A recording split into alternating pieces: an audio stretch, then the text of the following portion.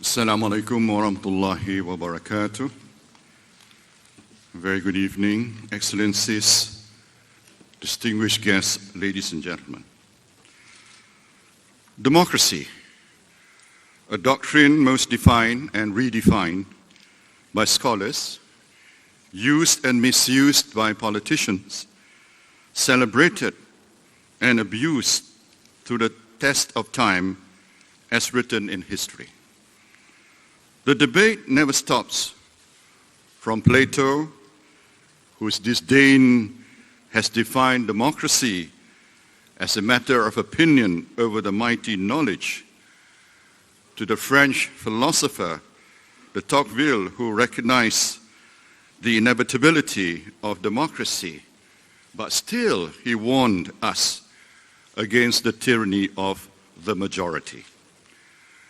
Leaders and thinkers too have made the noun democracy to sometimes sound promiscuous, casting aspersions, rendering it to be purely rhetorical. Sukarno's guided democracy, El Jefe with his new democracy, Franco with his organic democracy, to name just a few. But if at all we are about to learn anything from the French Revolution, Oliver Holmes' sarcasm was not far off the mark. Democracy is what the crowd wants. Are we hearing this? Where do we now stand, democratically speaking? To know where we are, we must know where we came from. Democracy in Malaysia has had its roots since 1867, with the establishment of the Straits Settlement Legislative Council following its jurisdictional transfer from the English East India Company to the Colonial Office, the first office of its kind to hold debates and discussions on affairs of its member state. The Council showed characteristics of a modern parliament. But the birth of our modern democracy only truly began during the post-Japanese occupation period, which culminated into our fight for independence and subsequently the formation of Malaysia in 1963. The Cobalt Commission, that played a huge role in laying the foundations of a democracy, was in fact part of the democratic process. In trying to understand our democracy, learning about its birth is not enough. As citizens of Malaysia, we must learn about the system in its infancy, its teething pain, what ails democracy today, and how do we go about restoring the faith in the democracy again. We are a federal constitutional monarchy. It has a parliamentary system of government headed by a prime minister, selected through periodic multi-party elections. The federal constitution was legislated to help bring into existence the conditions for the system to exist.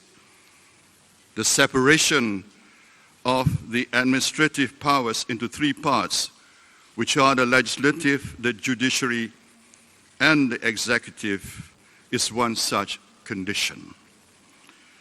In 1963, during the formation of Malaysia, the Malayan Parliament was adopted as the Parliament of Malaysia.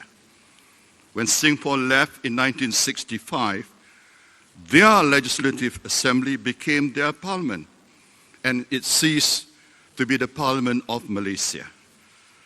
Much of what I have said is now part of our history, and it's upon us to learn about our democracy.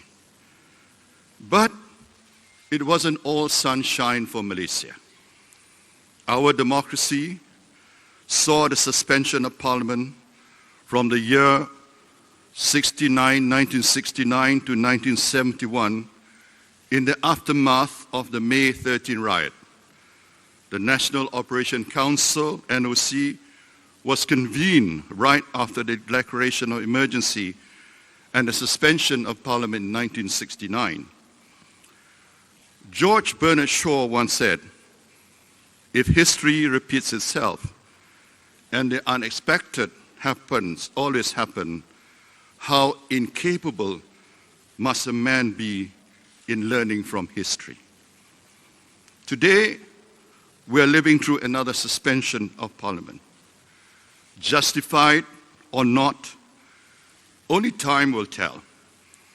But one thing is for sure, the powers that be have shown us how incapable men are at learning from history. If 2 suspensions weren't enough, time has a way of testing our infantile democracy yet again through the 1988 judicial crisis.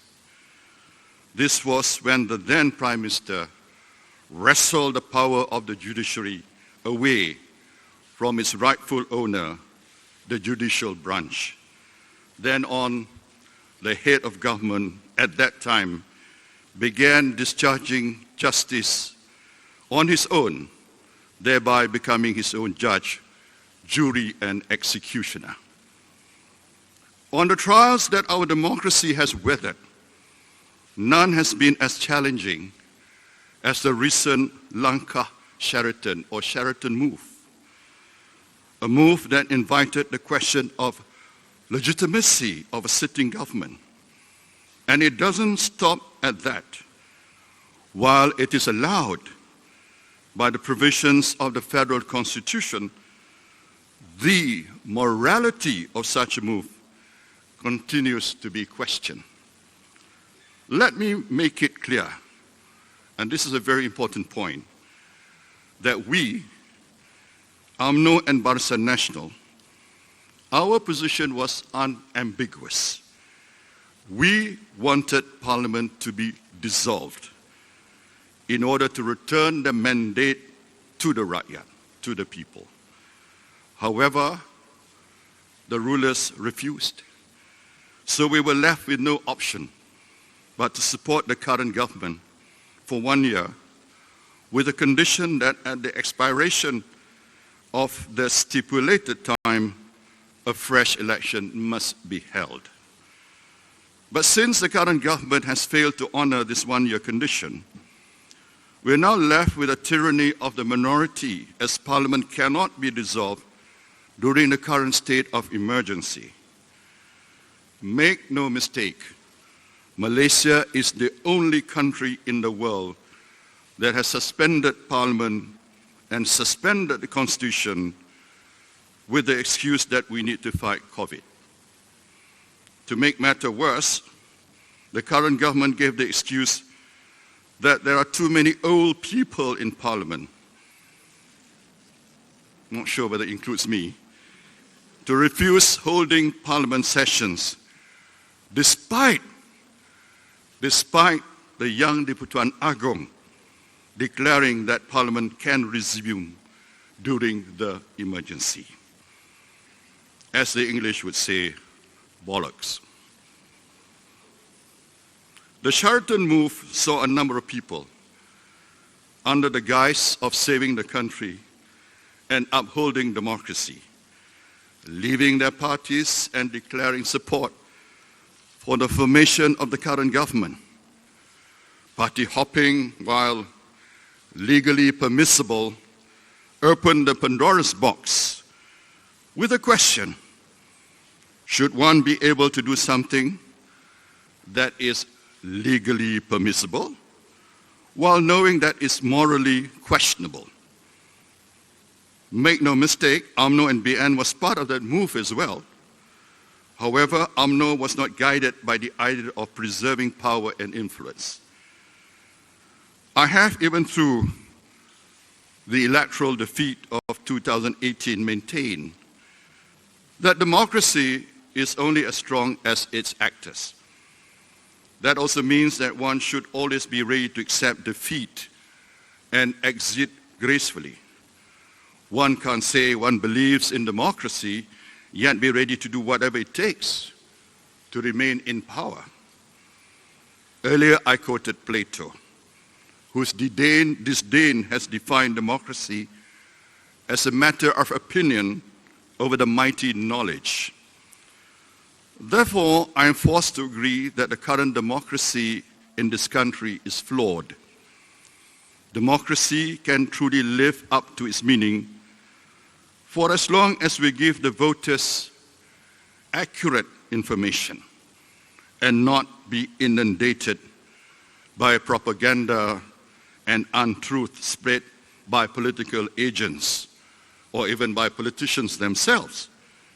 Prior to GE14, the voters were misled with slews of misinformation and lies. For example, until today, those that accuse and oppose me have never dared confirm publicly that the 2.6 billion in my account was subsequently returned to the sender 4 months later, and that at least 642 million was received directly from the Saudi Arabia Ministry of Finance bank account, as was revealed repeatedly in court. I was also accused of killing Altan Tuya and Kevin Moraes, and probably a few more. My wife was accused of buying a pink diamond. The country is bankrupt, and that GST is an evil taxation system. But all these two were already subsequently proven untrue in the courts and in Parliament. But none of this was ever explained by the opposition, including those who first threw these accusations at me. As a result, up until present day, there are still people who believe in these accusations because the opposition then never bothered to explain the truth. What version of democracy were the opposition living in? Therefore, those who truly believe in democracy must not allow this untruth to continue to deceive the voters. I firmly believe that voters must be given the true version of events and not be lied to. This is why I have yet to be sued by anyone in court for spreading untruth, despite making more than 6,000 posts on my social media account since the last general election. As true believers of democracy, let us move on from here and ensure that the information we deliver to the people are true and that we take personal responsibility to dispel the untruths.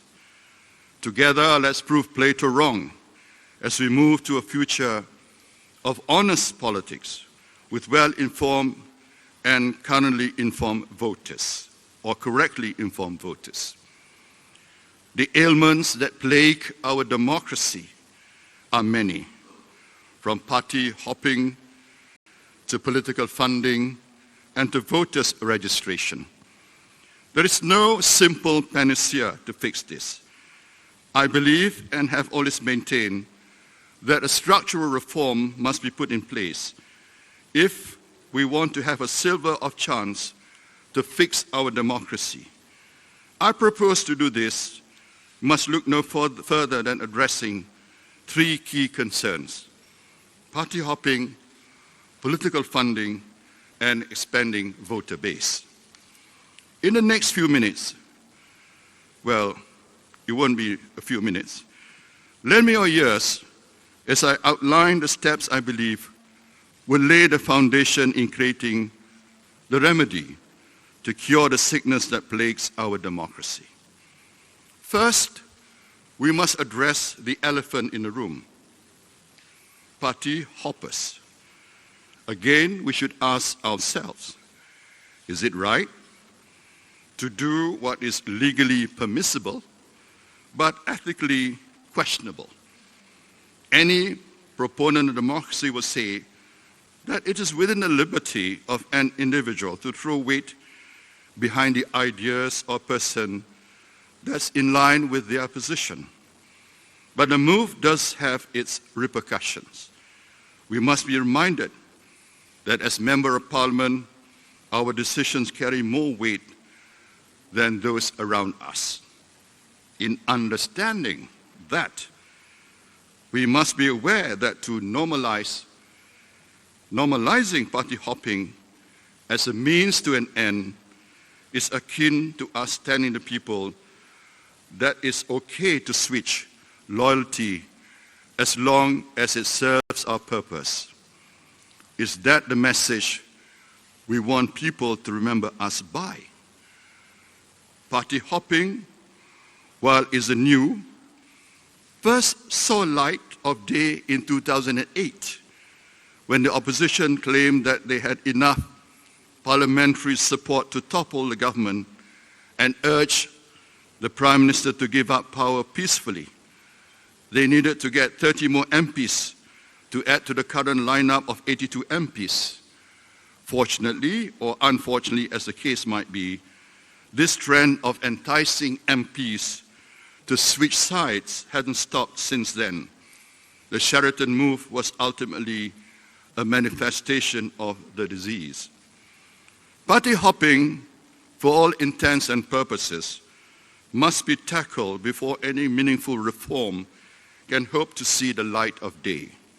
To do so, we must look into the case of Nordin Saleh versus one Mohd Najib.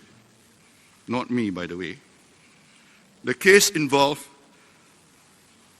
state assemblymen in Kelantan who won their seats on the strength of the Semangat 46 ticket in 1990, but subsequently defected to UMNO in 1991. Following that, the state legislative amended the state constitution and passed an anti-hopping law. Both seats were declared vacant, and both individuals lost their seats in the by-election that followed. However, they sought legal redress and were reinstated as assemblymen when the Supreme Court decided that amendments were in contradiction with Article 10 of the Federal Constitution, which guarantees the freedom of association as an individual. That decision became the bedrock upon which party hoppers justify their actions.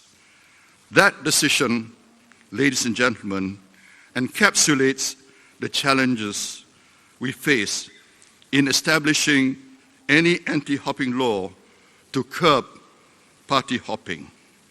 Again, it begs the question, should one continue what is legally permissible when ethically questionable? Fast track to present time. To date, 40 MPs have changed their allegiance since GE14, with 2020 seeing 4 states changing administration due to party hoppers. Why do I want to talk about this? Because the more we normalize party hopping, the more damage it will do, not only to our democratic process, but also to our country as a whole. Since 2008, no effective means nor a remedy has been put in place to curb this practice, even when we know the instability it creates for the country. The cycle continues until today. Despite all the talk that party hopping has done to create instability, it has been shown to be otherwise, or rather, has done to create stability, it has been shown to be otherwise. Our country is not facing any better today than it did post-GE14 in May 2018. Certainly not, as the recent economic figures are to be taken into account. Party hopping invites and creates instability. It is as simple as that. One need not look any further for signs of instability than the fact that Malaysia attracted an FDI inflow of $13.5 billion US dollars for 2017, higher than Indonesia, which attracted 4.5 billion US, Vietnam 12.6 billion, and the Philippines 8.7 billion. However, based on the United Nations Conference on Trade and Development report, Malaysia's FDIs fell 68% to a meager $2.5 billion last year, while Indonesia attracted a whopping $18 billion in FDIs. Malaysia is performing worse than our neighboring countries. Party hopping and the falling proclamation of emergency have left the government with an unchecked ability to continue to borrow money without detailing how and where the money are going to be spent in. It is one thing to borrow money. Anyone can do that. But are they doing it with careful planning and consideration for the future fiscal position of the country? To date, there have been 54 billion ringgit new borrowings over the past 3 months alone. Where is the money going and how is it being spent? Yet today, we have people triumphantly going around town saying how the government has effectively managed the pandemic and how party hopping has had little effect on the economy in the greater scheme of things. Net foreign investment has gone down by 17.8 billion in 2020 as compared to the previous year. That isn't the worst of our woes. In May, IBM was shut down its operation in Cyberjaya. Since 2018, we have seen Western Digital, Johnson & Johnson, Hyundai, and a number of others shutting down their operations in Malaysia. In all my years of experience, and from all the economic journals and articles I have read over decades, never have I ever come across anyone saying, hey, that country has declared emergency and suspended its parliament. Therefore, this is the best time to invest and start a new business there. What is then the solution to this? My fellow Member of Parliament, Dato Sri Nazri Aziz, has mooted the idea of adopting a party list system. This essentially outlines that the seat stays with the party should the sitting MP decide to defect to another party, and therefore allowing the government to stay intact despite the defections. On top of this suggestion could potentially save taxpayers millions of ringgit by doing away with the need to hold by-elections. By any means, this is not a one-size-fits-all solution. Any and all considerations to regulate party hopping must be met with intense security to ensure that the livelihood of the many is not jeopardized by the interests of the few. As we talk about party hopping and defection, it's only right to look into the reasons as to why an MP should choose to do so. An MP, when taking oath in Parliament, ladies and gentlemen, has sworn that his or her solemn duty, first and foremost, is to defend the federal constitution before their constituencies. But the proclamation of emergency has suspended the constitution itself. What then are MPs supposed to defend? Are we now to defend the right to switch loyalties? Of course, I'm being sarcastic. Driven by the need to provide for their voters, to secure a political base going into the next elections, MPs can be swayed to swing the way that benefits them and their voters. Much has been said by MPs who have defected admit doing this in the name of service to their voters. That only goes to prove that the ability to serve their constituency is dependent on a combination of both financial prowess and political capital. This has been argued is what nudges MPs into making such decisions.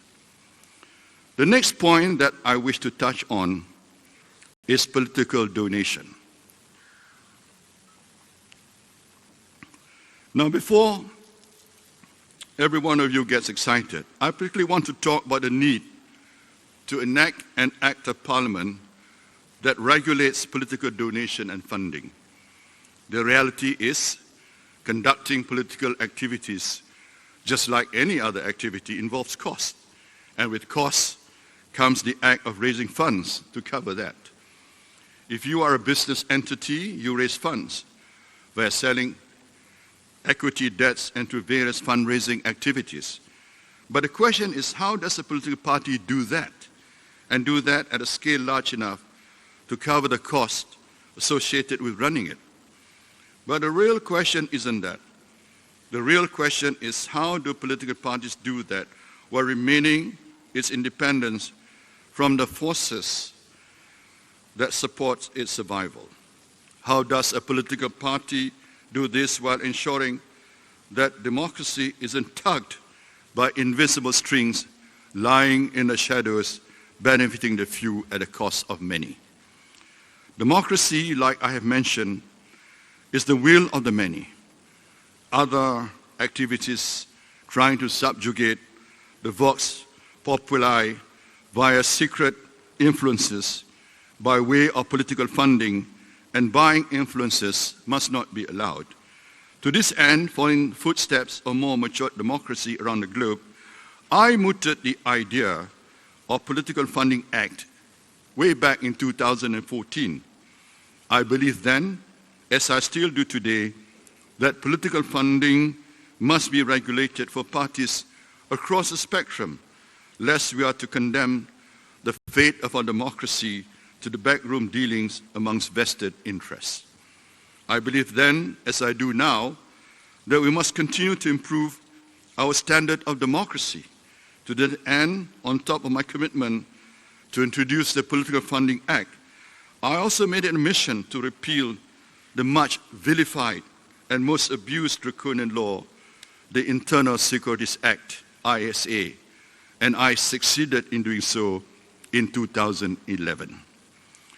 In 2015, we created a committee called the National Consultative Committee of Political Funding with the idea that the findings of this committee will pave the way for a comprehensive political funding act.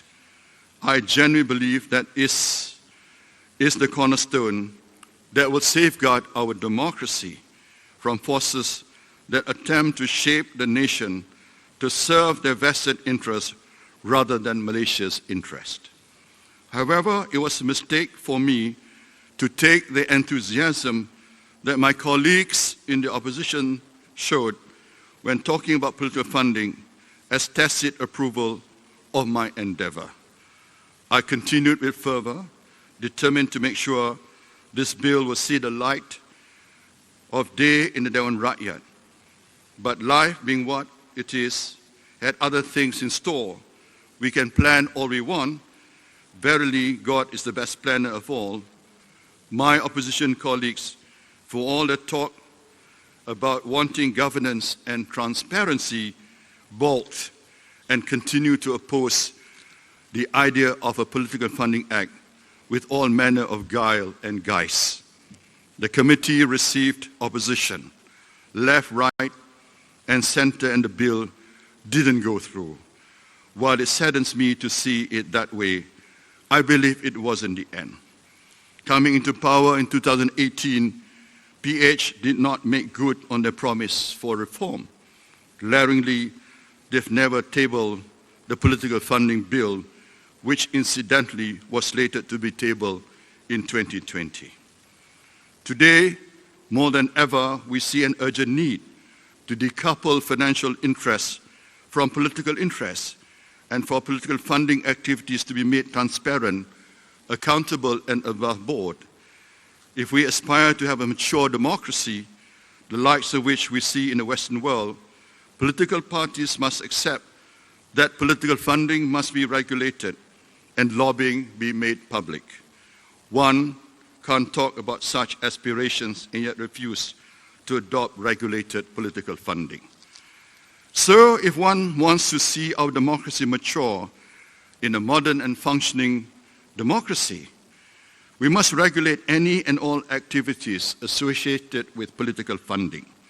We can't shout about our belief about transparency and governance or good governance unless we also agree to have this mechanism in place.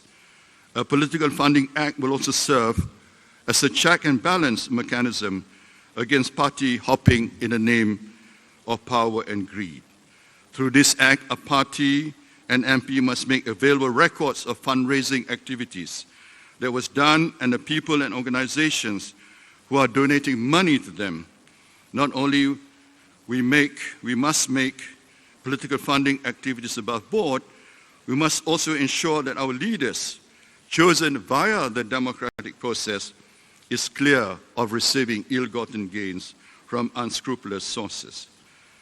The third and final piece of the puzzle to cure our democracy of her ailments is to expand the voter base of this country by allowing 18-year-olds to vote, by implementing automatic registration of voters. The right to vote isn't exclusive to select few based on their age, race, or skin color. Our federal constitution guarantees the right of everyone to vote. Expanding voter base is not something new to me, and neither should it be for the members of the current administration. While I was president of UMNO, I made an amendment to the party constitution in 2013 that expanded the voting base from about 2,500 delegates to about 145,000 delegates. This has allowed the decentralization of power, thereby making our delegates less susceptible to money politics. If it can be done within UMNO, I don't see any reason why it can't be done with Undi 18 or Undi 18 and automatic registration of voters. Democracy, ladies and gentlemen, is trust and liberty at its core. It's about allowing the voters to exercise their liberty to vote for whomever they like and to have trust in voters' judgment. The thing is, we can't only use this concept when it suits us and discard it when it doesn't. The recent turn of event regarding Undi 18 or Undi 18 only goes to prove that the current government doesn't trust the younger generation of Malaysians to make decisions for themselves. On top of that, it appears that this administration is fond of using the name of democracy only when it suits them. Why can't we trust our 18-year-olds to vote when we trust them enough to make 18 the legal age for all of other things in life, like getting a loan to buy a car and even joining the armed forces and police? Is the current administration denying them their liberty to exercise their rights to choose? If so, isn't the administration effectively telling our younger generation that they have no say in determining their future? History and recent events have pointed out that the younger generation have a greater capacity to do good and change the world. We must give them a chance, not just in life, but also at the ballot box. We must allow the younger generation to represent their interests in scheme of things. I believe they can be well articulate and fight for issues that directly impacts them, such as unemployment, climate change, and social welfare. We must, as elders, give them the opportunity or that opportunity to learn and to grow.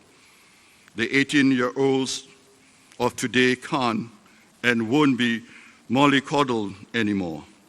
The recent move by the administration to U-turn the decision to delay the implementation of Undi 18 signals an unwillingness to respect democracy and shows that insecurity in making our democracy more robust.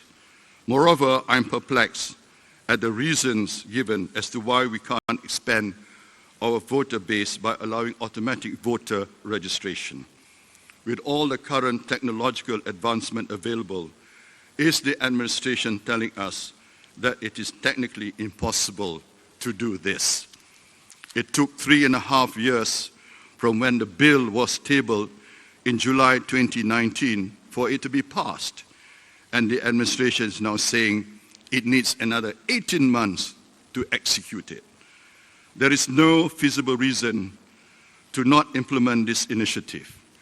211 MPs, all MPs in fact, voted for it in July 2019, many of whom now make up the current administration. Unless, of course, this administration, in its disdain for democracy, believes that a whopping vote in Dewan Rakyat should not be respected.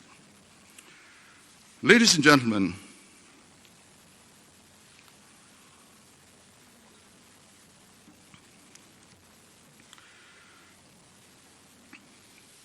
allow me to take us back to the night of May the 9th, 2018. As the results of the 14th January election slowly unfolded into the long hours of the night, it was a night that shook the whole of Malaysia, and I admit it shook me even more. That night filled me with an agonizing frustration. It was a kind of defeat I had never before felt in my life. It was a kind of defeat that one is admittedly reluctant to face or accept. In that emotional chaos, what was I supposed to do? I was going down in history as the first Malaysian leader to live through a change of government. After 60 years, Barisan Nasional was defeated, and my name was forever going to be etched in history. What was I supposed to do? I was counseled with options by many people around me. One of the options was to declare an emergency, which I outright rejected because I know it would lead to chaos, even to bloodshed, and that would surely take a toll on my conscience. As a practitioner of democracy, I cannot stress the importance of admitting defeat and allow for a smooth transition of power. And in doing so, I played my part in ensuring that the transition power went smoothly. However, the same decorum wasn't accorded to me. I willingly cooperated with the then PH administration to hand over the reins of the country, only to be met with harassment which was not limited only to myself, but also to family members and, most importantly, my staff. We were treated with utter disrespect and disdain. Make no mistake, ladies and gentlemen, deep down I knew there and then what to do. As my own world crumbled, the new world of the people was taking shape. The people of my beloved country had spoken. In the Malay language, we have this word keramat, which means sacred. The sacred voice of the Malaysian people had been heard. Who was I to deny it? That night, I was no longer Prime Minister, and I was to step down as Chairman of Barisan Nasional and UMNO President. But one thing remained unchanged. I was a firm believer in democracy. I still am, ladies and gentlemen. Out of my love and respect for democracy, I did the only right thing to do. I faced and accepted it. But ladies and gentlemen, the story doesn't end there. In any contest, there will be those who will come up short. The beauty of democracy is that you have an opportunity to reinvent yourself and to face the democratic process again. UMNO and BN has reinvented itself. We have won 7 by-elections in a row. I, myself, have reinvented myself. My public persona is different today. Maybe Bosku is different from being Prime Minister of Malaysia. And today, as you can see, I'm even trying my new glasses today. In a democracy, time and space for renewal is always available. And this is what the country needs. And if you ask me, ladies and gentlemen, what is my hope? What is my dream for Malaysia? My dream for Malaysia is a democracy that embodies the good things, progress of ideas, good values, and acts of public service that will move the country forward to greater heights. That is my hope, and I look forward to the realization of that dream with the support of all.